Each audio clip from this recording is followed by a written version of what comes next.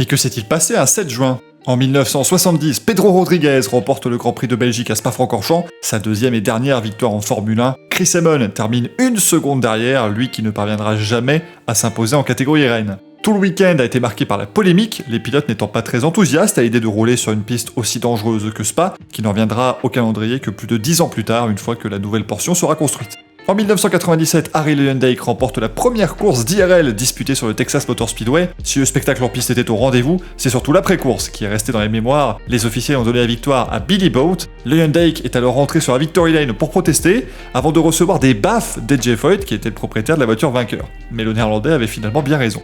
En 1998, Michael Schumacher remporte un Grand Prix du Canada très agité. L'Allemand avait lui-même reçu une pénalité pour avoir sorti Heinz-Harald Frenzel en quittant les stands. Mais ce qu'on retiendra surtout de cette course, ce sont les deux accidents des deux départs, et notamment l'embardé d'Alexander Wurz, parti en tonneau avec sa Benetton. Voilà, c'est tout pour aujourd'hui, on se retrouve